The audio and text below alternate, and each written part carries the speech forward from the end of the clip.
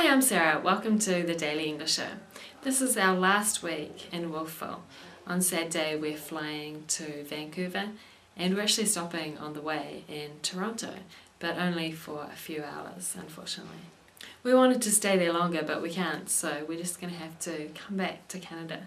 There are so many places that I'd like to see, but you can't see everything, especially when you're in the second biggest country in the world. So we're flying back to Vancouver, then flying back to Japan on the 4th of November.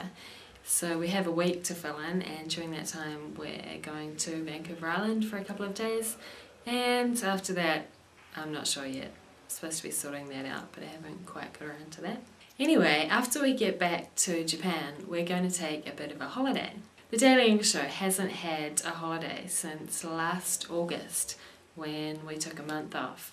So I think it really is time for a break. We're going to take 10 days off from Friday the 9th of November to Sunday the 18th of November. I think it's a good time to have a break because we might not have internet access during that time because it takes a bit of time to set up.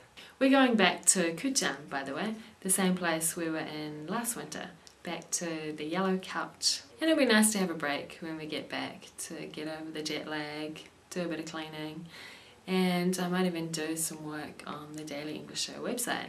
That really needs some work. Kia ora, in Stick News today, YouTube New Zealand has been launched. The site is a localised version of YouTube featuring some videos on the front page that were made by New Zealanders. YouTube is an online video sharing website owned by an American company called Google. Since June this year, localized versions of the site have been available for countries such as Japan, Brazil, and the United Kingdom. Today, YouTube New Zealand was launched. Newstalk ZB reported that members of the VIP online community were invited to the launch, which was held in Auckland. The New Zealand Herald reported the launch was a Kiwi content fizzer. But according to one of the leading sources of online news, YouTube editors showed their outstandingly good taste in deciding to feature a video by the Daily English Show. And that was Stick News for Tuesday the 23rd of October. Kia ora. I only know about cows in New Zealand. Nothing. I don't really know anything about New Zealand. Well, I know that it is located in the Pacific, close to Australia, that it has a lot of sheep, and that Lord of the Rings was filmed there. Well, I know that they filmed Lord of the Rings in New Zealand. I know that New Zealand has good rugby. Our rugby coach is from New Zealand.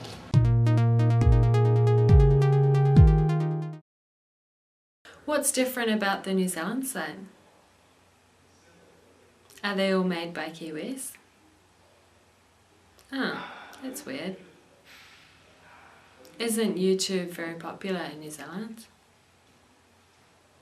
Is there a YouTube Canada? I wonder how they decide which country to do next.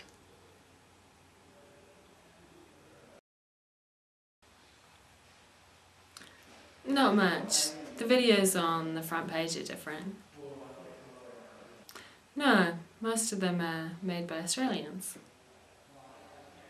Yeah, but I don't think there are that many videos made by Kiwis to choose from. I don't know, but I think New Zealand has some problems with broadband, so I think most people don't watch online video. And anyway, there aren't many people in New Zealand.